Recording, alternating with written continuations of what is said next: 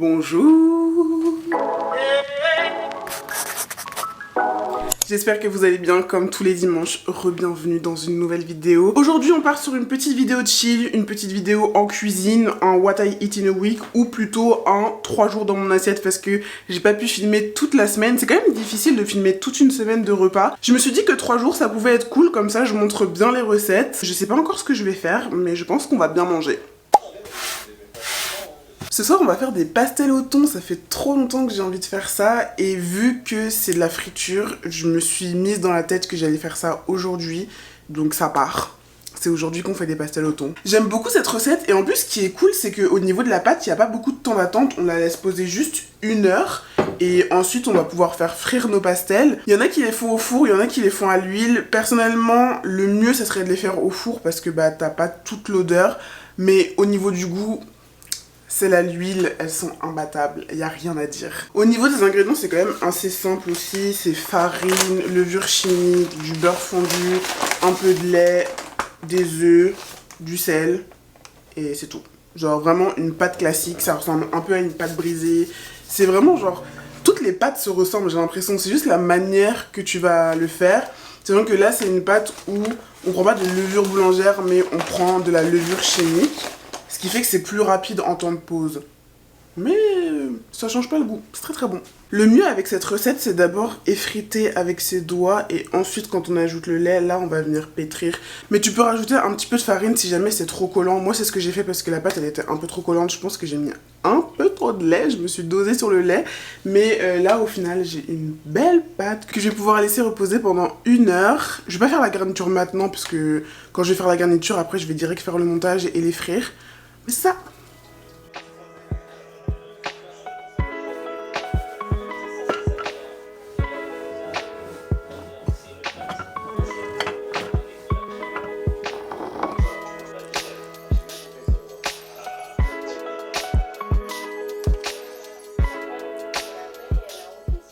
Ça me donne extrêmement chaud de faire ça.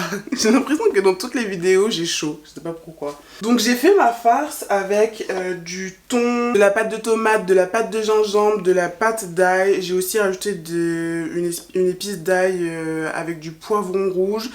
Je sais qu'il faut mettre du piment, mais j'avais pas de piment. Donc pas de piment, pas de poivron non plus. J'ai fait vraiment avec ce que j'avais. Donc j'ai rajouté aussi des oignons. J'ai mis un mélange d'épices. Je rajoute à chaque fois plein d'épices. Et ça fait le taf. Voilà. Après on a juste à faire des ronds. Tu mouilles un peu les bords pour que ça soit plus facile. Et après tu refermes comme ça. De visu comme ça, tu sais, on peut croire que c'est une empanadas. Mais non. Que nenni. On n'est pas en Argentine. On est au Sénégal.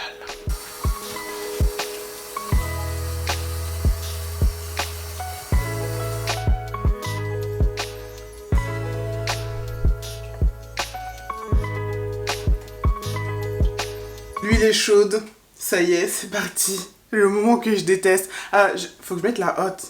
Est-ce que je couvre mes cheveux parce que je vais sentir la friture?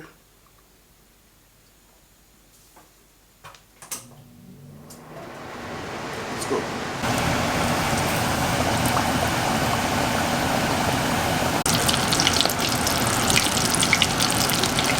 Ok, on est sur quelque chose qui a l'air extrêmement appétissant. Malheureusement, il y en a quelques-uns qui se sont ouverts pendant la cuisson, mais c'est pas grave. En vrai, on s'en fiche.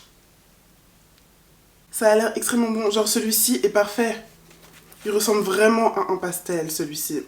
Les autres ont une forme un peu abstraite. Mais vu que je suis une artiste qui fait de l'art abstrait, ça passe. C'est l'heure du grand test de mes pastels au thon. Est-ce que ça va être bon?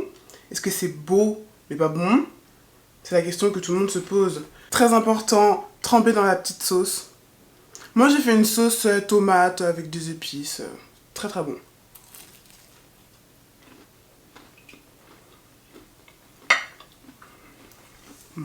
J'en rêvais, je l'ai dans mon assiette. Non franchement c'est vraiment très très très très bon. Vous me croyez que si je vous dis que par ces temps qui courent, ces périodes d'inflation, ces poivrons qui coûtent cher, aujourd'hui je vais me préparer un repas de riche parce qu'on va cuisiner avec un poivron qui m'a coûté 2,42 $. J'ai été à la friterie tout à l'heure. J'ai acheté des légumes, notamment un poivron. Je ne remets plus la main sur ce poivron. Où est le poivron? Je ne sais pas. Je pense que j'ai laissé sur le comptoir. Et dans ces temps qui courent, 2,42 $. C'est absolument pas le moment de laisser son poivron sur le comptoir. Je suis deg parce que je voulais l'utiliser ce soir. Donc on va faire sans poivron. C'est pas grave. Ce soir j'avais envie de faire des pâtes noudons avec un peu de légumes, de la sauce, vraiment en espèce de sauté. J'ai pas envie de les faire en bouillon. C'est la première fois que j'en achète. J'en ai vu dans mon épicerie, donc je me suis dit pourquoi pas. Et en fait en ce moment je regarde énormément de contenu sur le Japon, notamment un youtubeur qui s'appelle Malo Alna. Et ses vidéos sont tellement apaisantes. C'est des vidéos qui parlent essentiellement de bouffe, mais en fait il a une manière de parler qui est super apaisante. Genre il passe pas par quatre chemins quand il parle, et en même temps il te décrit tellement bien la nourriture que t'as envie d'y être. Et j'avoue que le Japon c'est un pays qui m'a toujours donné envie, mais c'est pas le premier pays qui est sur ma liste. Mais là ça me donne vraiment envie d'aller faire un tour culinaire du Japon pour goûter les spécialités, parce que c'est un peu ce qu'il fait, et je trouve ça vraiment intéressant d'avoir des vidéos sur le Japon qui sont autres que ce qu'on peut voir habituellement, parce que là il fait vraiment le tour du Japon, ou sinon il fait d'autres vidéos mais toujours sur le thème de la bouffe, et je trouve ça trop cool. Donc ce soir c'est nouilles udon. Mais finalement les nouilles udon c'est quoi? C'est de la farine de blé, de l'eau, de l'huile de canola et de l'amidon de maïs et un peu de sel. Très sain tout ça.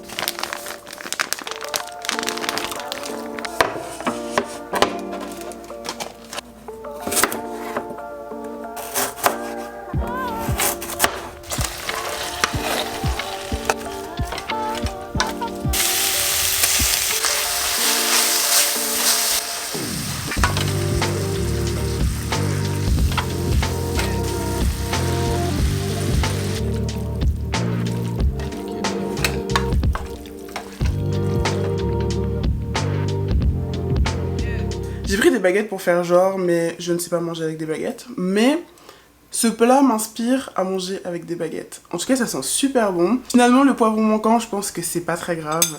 Parce qu'il y a du chou, des carottes, des oignons verts. J'ai rajouté de la pâte d'ail, de la pâte de gingembre, de la sauce soja, de la sauce aigre douce. J'ai mis plein de trucs. Moi, en général, je mets beaucoup de choses, puis ça fait quelque chose de bon. Je suis vraiment contente parce que je m'en suis fait plus pour demain midi. Je vais pouvoir apporter ça pour mon lunch. C'est vraiment super bon. Bon matin.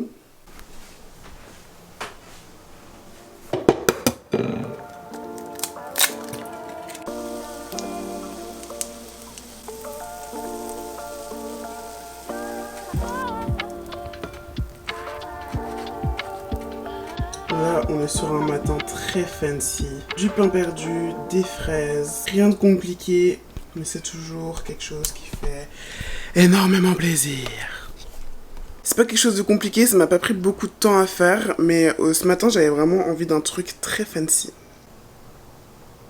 C'est des fous. Tout le monde sait, le thème c'est l'ascension. Ma haine, Voici la réalité d'un What I Eat in a Week très réaliste, parce que ce soir j'avais pas envie de cuisiner. Vous savez les sensations où tu rentres du travail, t'es fatigué, t'as même pas l'énergie de prendre une douche, et juste prendre une douche, c'est la seule motivation que tu as. Ce soir ça va être très simple. Et pour tous les flemmards comme moi, je vous conseille d'acheter une machine à panini, parce que c'est trop cool pour faire des sandwichs quand t'as la flemme. Et ce soir, ce que j'ai fait, c'est que j'ai tout simplement pris du reste de la farce de thon qui me restait des pastels. Je les ai mis entre deux tranches de pain de mie bien serrées, avec un peu de sriracha et un peu de fromage, et c'est tout. Pas besoin d'en faire plus, et ça a l'air juste trop bon.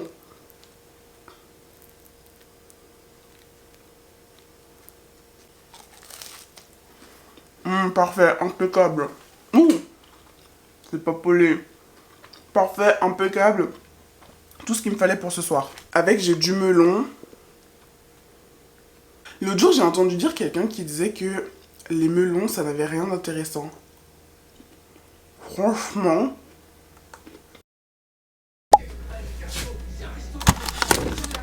Cette transition incroyable dans le frigo, signé Marie-Laure. Bon, c'est le premier truc auquel j'ai pensé quand j'ai fermé les yeux hier soir et quand j'ai ouvert les yeux ce matin. J'avais trop envie de me faire des pancakes. Ça fait super longtemps que j'en ai pas fait.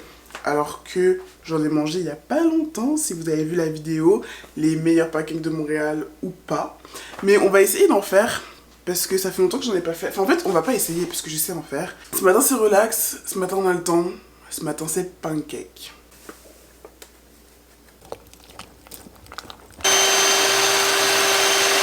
Même énormément de recettes qui existent pour les pancakes. Moi, c'est vrai que j'aime bien faire des pancakes classiques. Je suis pas très pancake healthy, etc. Même si c'est bon, mais c'est vrai que je préfère la version classique.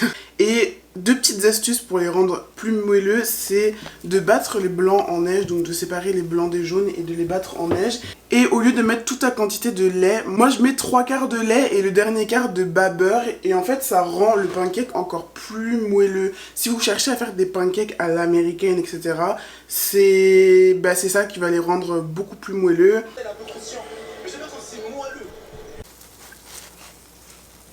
Les pancakes sont prêts et ça a l'air juste méga bon. Ils sont bien moelleux comme je voulais. J'ai raté le premier mais j'ai oublié de filmer parce que j'ai pas pris la bonne poêle. Donc ça a commencé à ripper. J'étais... Normalement je rate jamais les premiers mais là j'ai raté le premier. Mais ils sont bien moelleux, bien gros. J'ai rajouté des pépites de chocolat à l'intérieur pour un peu plus de gourmandise. Et par contre j'étais en train de me dire que j'ai pas vraiment de topping à mettre. Enfin... J'ai pas de sirop d'érable, donc peut-être que je vais mettre du miel. Mais honnêtement, opinion populaire, je pense que je vais juste les manger nature comme ça, avec un peu de sucre. J'ai pas envie de les dénaturer, ils ont l'air juste méga bons, simples comme ça, moelleux. Donc pourquoi les imbiber de plein de trucs? Je pense que je vais juste les manger comme ça. C'est parfait. C'est très très bon. Je viens de sortir de chez moi et c'est très bizarre parce qu'il fait plus chaud à l'extérieur qu'à l'intérieur. Alors que normalement mon appartement prend quand même beaucoup la chaleur. Mais on va pas se plaindre. Je pense que profitons de cette nouvelle. Et je me suis dit, si il fait pas si chaud que ça, prenons des risques et allumons le four. Parce qu'en fait ce midi ce que j'ai envie de manger c'est assez simple, mais dans la recette il y a du saumon. Et le saumon j'ai envie de le faire au four, ce qui fait que je vais devoir allumer mon four, mais je pense pas que la cuisson va durer trop longtemps. On va essayer d'être stratégique. Mais j'ai envie de manger mon saumon au four. Je vais le mettre en papillote après, donc je vais tout recouvrir. Ah, ça coule déjà un peu. Mais j'ai mis de l'huile d'olive, du miel, un peu d'épices, paprika, de l'ail au poivron grillé, un peu de thym. Et puis je vais rajouter une petite truc de citron. J'ai commencé par ça. Trigard, je viens de Paris, 19e.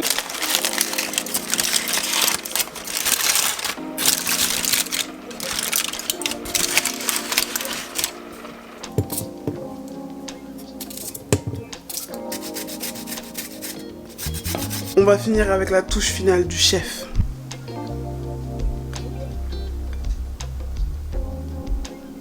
Là, on est vraiment sur le genre d'assiette que j'aime et que je devrais me faire beaucoup plus souvent parce que c'est super coloré. Et franchement, ça m'a pas pris beaucoup de temps à faire. C'est juste, je pense que le plus long, c'était la cuisson du saumon parce que c'était au four. Mais sinon, j'ai fait des concombres marinés avec de la sauce aigre douce, des graines de sésame et un petit peu de gingembre en poudre, des carottes râpées, des petites tomates cerises coupées. Avec mon saumon mariné, j'ai mis un peu du jus de saumon qu'il y avait sur le riz. Je sais pas s'il va falloir une sauce, mais je sais pas, on va voir. Mais en tout cas, ça a l'air vraiment super bon. C'est vraiment bon. Puis ça fait longtemps que j'avais pas mangé du saumon. Il est vraiment bien mariné, on sent bien le citron. Je pense que je vais pas rajouter de sauce parce que honnêtement, ça va. C'est pas sec.